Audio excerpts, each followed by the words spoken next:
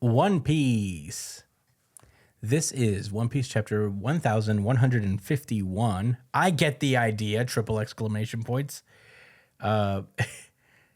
We have a cover page story continuing. All of a sudden, after everything that happened with Yamato saving the kidnapped folks of Udon from Who's Who and delivering the Don Yasui sword from to his grave, Yamato is now participating in a sumo match. And in the back, we see Kawamatsu, the Kappa swordsman there. And that's fun. They're partaking in a tournament. Yamato is continuing his journey, and hell yeah. This chapter opens up after all hell breaks loose. Imu has now popped up on the scene while Yamato is just fucking around and having fun. Elbaf is about to be brought down to ruins. Dorian Bragi and a number of other giant pirates have been Domi reverse-eyed by Imu, who has taken over Gunko's body and is wreaking havoc with it. So Kashi from Annie's Lobby, the giant that used to work there, is begging his captains to stop attacking and to not kill Chief Ja Rule. But they're like, the warrior we once admired has grown old and feeble, so it's time to force him into retirement. And then we will be kings of Elbaf. There's no need for the god of Elbaf anymore. We will bring the Age of War back. And everybody's like, no. And they find out that they're actually in between two of the giants, and that makes it possible for the Domi Reversi to take place. So I guess it works on Go rules. And one of the giants that gets stuck in between Dory and Bragi gets flipped over, and he becomes a demon man himself. So for what it's worth, I just looked it up now. There's a literal game called Reversi. Yes. Or otherwise known as Othello, which is like a variant of checkers. Oh. Yeah. So I guess that's the pattern it's falling under. So yeah, there's just another giant being held up. The kids are asleep at the moment, and as they're walking, they're continuing their path, and they hear in their sleep yelling about demons, and so they start to dream about demons. And in the nightmare hold created by Killingham, demons start to emerge, and that just multiplies the shitstorm that Elbaf has become. It's not good. But then we get to see Killingham's man-beast form. We actually, the dragon guy looks like, I didn't expect him to look this menacing, but I guess he does. Me neither.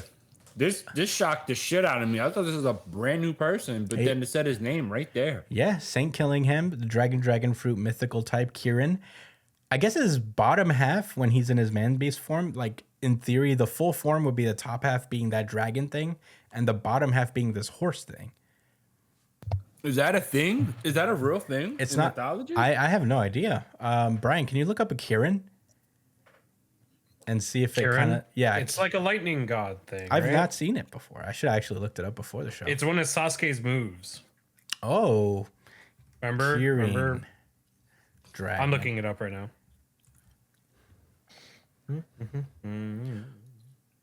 Oh Okay, yeah! so Wow. It's a body of a deer, tail of an ox, and a single horn. Wow. It's a yokai. Whoa. A paragon of virtue. The Kirin supposedly appears in times of good government. Its symbolism and belief is benevolence and justice. Okay. So that nigga ain't never pulling up to America. Not once. Never. No. Definitely not Israel either. No. It's not good. Shit. So we have Killingham running through, joining his nightmare creations. We now continue onward It's all hell breaking loose. The other Straw Hats are still stuck. Usopp is yelling out to his would-be heroes, but they can't hear him because they are on demon timing, so to speak. Yeah, quite literally. It's not looking good. So,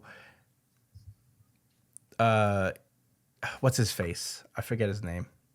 Summers. He asks Emu how far they should go, and Killingham mentions that the playing board is entirely in our color. The Othello board. The Othello board. And Gunko says that they'll continue until the heart of Elbaf breaks. The country should have been subjugated years ago, if not for Harold's miserable failure. More lore, lore, lore. Lore, lore, lore, lore, lore. Lore. Lore. I forgot to mention in the updates, I watched a 15-minute YouTube video talking about these crazy killer roaches on Mars that are like twice the size of human beings and super duper buff. It was based on a manga series. Gantz? Isn't that what Gantz is about? I'm not the Gantz expert. I know it's just Gantz? totally random. Giant cockroaches in space, right? No, that's, they're in Mars. no, that's there's another fucking I know what you're talking about. It's a different anime. They made a live action movie for that shit. And it's crazy, yo. Meanwhile, while Brian looks that up, I guess we cut to many minutes earlier. Terraform Mars. Oh yes, I do know that one. I knew that title. Anyway, so many minutes earlier, we see Terraform Mars. Yeah, we see Scopper after being freshly arrow impaled, and Chopper following behind him. Chopper didn't think this through. He was panicking as he's falling, and he then it just comes to him. He tries to fall ahead of Scopper, and he uses his guard point to create a super soft cushion for them to all fall on and to break Scopper's fall. We cut back to our boys. It's Luffy and the gang. The entire gang is there. Loki is seemingly in better spirits, although he is still recovering. They're in the middle of arguing Loki and Hajuden, but Luffy breaks up the conversation by saying, "Hey, Chopper just fell from above." And they ask, "We're like, hey, did you see him?" He's like, "No." But how did I know it was Chopper? His observation hockey. That observation hockey's getting stronger. Woo. And he says that there's someone else with him, but they're weakened. And there's this cool 2-page spread of all the guys looking cool as hell. Luffy's got a big bead on the bone, just taking a chomp out of it. Sanji is like, that sounds like a pretty bad fall. Did they fall from the sun world above? And Zoro says, we got to search for him. So they head out. Goldberg seems to stay behind with Luffy, and Goldberg and Gerd. They seem to stay behind with Loki, rather. Sorry, I think I said Luffy. And they're, just like, they're as but we're not unlocking your cuffs, Loki. And he's like, damn. And then he gets a mysterious call from that mysterious person on the Den Den Mushi, and he's like, hello, okay. He's like, and then he's like, listen, Shaggy, I'm busy right now. I'll call you later. And the snail phone is like, don't worry, it won't take long. As a matter of fact, I'm busy too. Just one thing. And he's like, it's fine. Just keep your voice down. And he tells Loki that he wasn't able to tell him that earlier, but he won't be able to call him for a while. He says, at first I found it frightening, but the more you and I talked, the more our conversations became a source of solace to me. So I wanted to express my gratitude. And you're like, hey, don't tell me you're in danger again somehow. And he's like, I'm fine. Don't worry. I just wanted to say thank you for everything. And then he hangs up. Who is this guy? Who is he? Are you saying that as part of your review of the chapter, or are those your genuine thoughts? Both. Okay, because I was already typing up something so that I wouldn't forget to ask, but I'll ask now. What are the chances that this is someone that we already confirmed to know? Like we know already that we've met before in One Piece. What are the chances? I'm trying to look at the snail phone and see who it could be. That's got to be a hint. It has to be. It's a shaggy individual. Guy with a beard. Garp? No, it won't be Garp. Garp doesn't have a beard, I don't think, even. He has like a goatee. Garp dying. Yeah. Who could it be? Anyway, I can't. No theories, Brian? Hey, Brian, what are the streets Zero saying? theories. Damn. I don't even know what the streets are saying about it either. Damn. I haven't kept up Yo, with the if it's streets of Shiki, I Gold feel line like Shiki? I had to take your L away. I wouldn't Imagine. take Chris's W away. Yeah, but that I would be a take draw. the L away. That would No, be no. You still get the win, but he loses his L. Just off the strength of him showing up. I think that's fair. Because you were still right. You still won. Oh, I But I was wanna right. remove the I did penalty. win. Yeah. No, but this would be no, the penalty I keep the to W and he keeps the L. The bet was that Oh. he was specifically that Scopper was Shiki, not that Shiki was around on the island. No passion. No compassion for your little brother. I love my brother, but you know, He's really serious about The his game is the game. wrong burgundies. the game is the game, buddies. I wouldn't expect the mercy from you guys. Anyway. Okay. Anyway, so we don't know who this is, but he hangs up, and the other two giants that are there, Goldberg and Gerd, are looking at him, and he's like, "What are you looking at?" And she's like, "Well, I'm just glad you have a friend to keep you company down here. It's lonely in the underworld." And Loki yells at Gerd to not tell anyone. We see the new giant pirates come back. I think they have Scopper and Chopper. I didn't realize how much that rhymed. They're yelling to Gert to prepare their medical supplies because Scopper's hurt badly.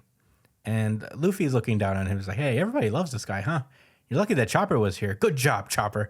And Chopper's like, "You can't butter me up, you jerk." Doing his little bashful thing. And we have some time. We cut to a short time later, and Luffy is freaking out because he just learned that Scopper Gaban was one of the Pirate King's crew and that he sailed with Roger and Rayleigh. They explained that he and the Dark King are known as the wings of the Pirate King, and they assume that he is the third strongest on the crew. And there's a moment where Scopper wakes up from his coma to be like, "Second strongest." And they're like, that's my favorite moment of the whole comic. Yeah, he was like, he seemed really fixated on that detail. It's very funny. But Scopper's okay. But he'll obviously be out of commission for this arc. So Chopper then explains what was going on up in the Sun World, and they feel, as he's explaining, that he feels the Haki come down, and at that moment, everybody, the big three at the same time, Hajuden, Luffy, and Loki all together react to the Haki. Hajuden tells everybody to get back on the lift because they're returning to the Sun World. Luffy says, "Save your breath, Chopper. I get the idea."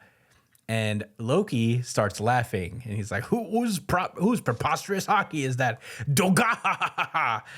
Looks like you're gonna need me after all. And that's where the chapter ends. Holy moly. Josh, what did you think about One Piece chapter 1151? This is my favorite chapter of the week, and it was fucking close. Yeah. It was close. It is for me as well. Brian, how are you feeling about it? Yeah. Unified, really good chapter of the week for One Piece. Unified RGC. Unified RGC. Unified RGC.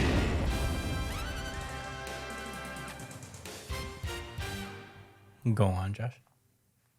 Is the Kagurabachi glaze finished from the Espinal Bros? No, it isn't. Is it finally done? I wouldn't say all that, but Okay.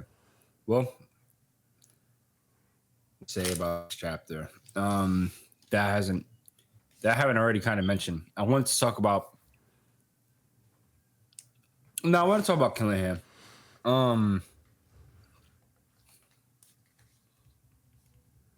He looked so goofy before. mm-hmm. I actually really like that design. I really like that he was just this. He looks so intense here. He looks complete. Like it's not that he looks different; it's that he looks like his personality switched too. Almost like he got reversied. I don't think that's what happened, but that's what it feels like. Mm.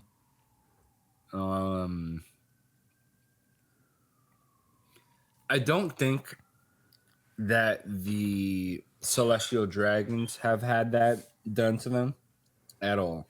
I think they believe that they are that way because I think they behave the way they do because that's how they was raised and brought up. That's But anyway, I have thoughts about how I'm just so curious on how this arc is going to unfold, and I think I'm more curious about this arc compared to like more recent ones because this is something planned. Wano was planned far ahead too, but I think like there wasn't this grand. How do I put it? It was built up. It was kind of like it was pumped up. Easy to take it like day by day with Wano, and learning about the country. With Elbaf, it kind of just feels like the stage is set, and as soon as they started, as soon as we got just a little bit acquainted with the characters, boom, shit hit the fan in the most intense way. This is damn near Egghead all over again. Right? These are some intense conflicts. Yeah, ever since Luffy became an emperor, it's been nonstop. They've been pursuing him to a very aggressive degree. There's no admirals here.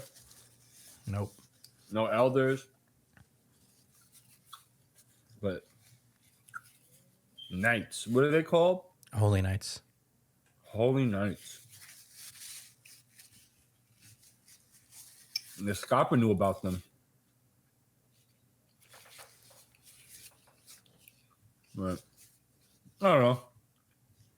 I guess I'm just droning on. Brian, what were your thoughts? God damn. It's so good to get a nice little hype moment at the end. Everybody kind of finally back involved in the story. I can imagine that it's still going to take them a little bit of time to get into the mix of things. So maybe the rest of the crew will still have a little bit of a shine before the main event shows up. But goddamn, this is one hell of a fucking squad to be pulling up. You know what I mean? Like Luffy, Zoro, Sanji, Loki, Hydrogen. Like, come on. The moment that these guys show up, it's pretty much done. Like, unless things get way, way worse somehow. I can't imagine it gets like somebody else is going to show up and be a bigger deal at this moment. But yeah, that right there sold the whole chapter for me, was the end of that. And I really missed Luffy. I keep forgetting how much I miss Luffy until he's on screen. He's probably the best main character of all time, in my opinion. He's just so fucking lovable and likable and uniquely himself. I mean, so it's just good to see him. But yeah, those are my thoughts. Chris, what about you? Yeah, I agree. I feel like I really like this chapter going in, but what really pushed it over the edge was seeing Luffy and the gang again, and especially this last page where they basically looked at us and was like, "It's hype time. Get ready." You know, So I'm very excited to see how this turns out. I agree with Brian that it might take a minute, maybe a chapter or two before they actually come in and swoop in and save the day. But I am so hyped to see how this turns out. There are, Killingham has a cool design, although he reminds me of Katakuri a little bit in the face. His hair is different, Yeah. obviously, but yeah, he's very Katakuri. Yeah, with the spiky teeth. Yeah. Was Katakuri a fishman or something? He was a fishman. I don't remember what type, but he was a fishman. So yeah, that's cool to see. Usopp getting a little bit of a moment here where he's like yelling to his people. I'm just like, I feel like they haven't forgotten him. I know Usopp's gonna do something here. I feel like that the streets have expressed extreme dissatisfaction with how Usopp is being handled, and I don't know what they want. I don't know if they want Usopp to come in and solo Emu right now. I don't know what they want, but what they need is patience. Yeah. We're not, I don't know if we're, I'm sorry, but I don't know if we're going to get a moment where Usopp does something in a battle sense to save everyone. He blew up Gunko. He did. He blew up Gunko. He blew her up from the from the torso up. You know, he's capable of dealing serious damage, but not many people can deal serious damage against these guys. And it's not. It doesn't matter how strong they are. You know, it takes a very specific level of hockey to do it. Apparently, as we've seen with Scopper. So. You know, it's very possible that Luffy goes up and he's relatively ineffectual for a while.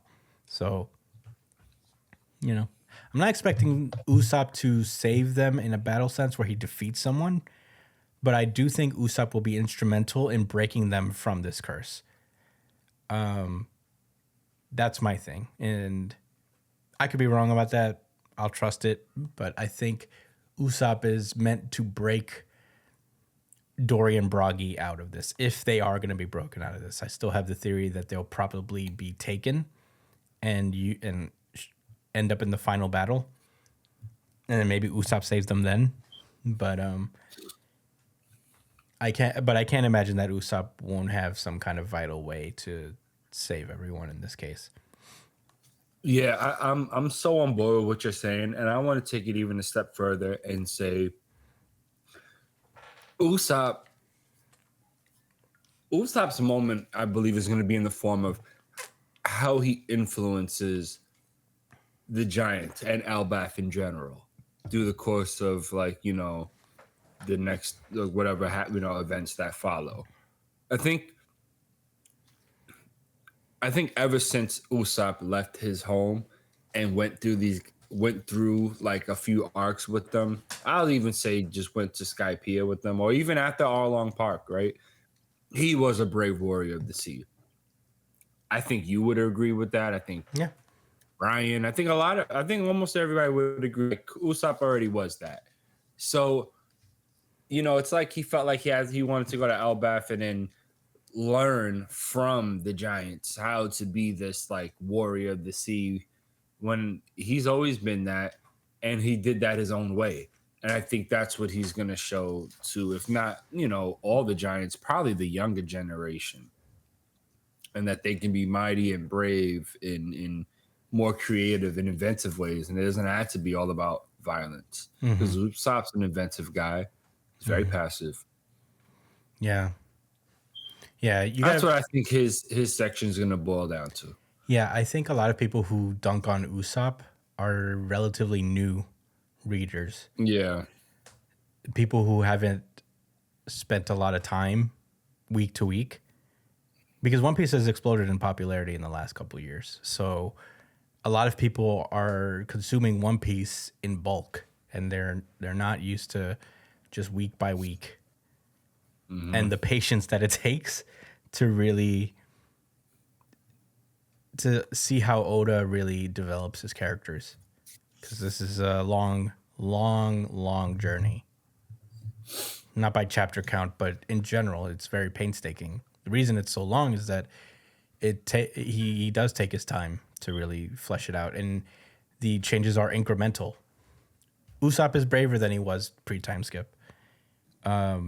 He was braver than he was when he first set out to sea. He's done things that he would never have done back in the day. So, you know, it's the little things that matter in One Piece. The little changes, the little things you notice that inform the story later. You know, appreciate the little things.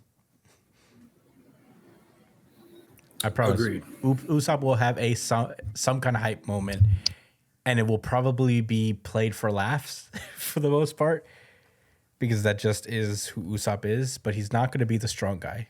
If there's one thing that Oda has confirmed, is that Usopp is not going to receive a massive power jump, because his whole story is to remain just a regular guy who has seen everything and who has gone up against these giants and dangerous government people and other pirates. And, you know, that's his story. It's just any one of us is Usopp.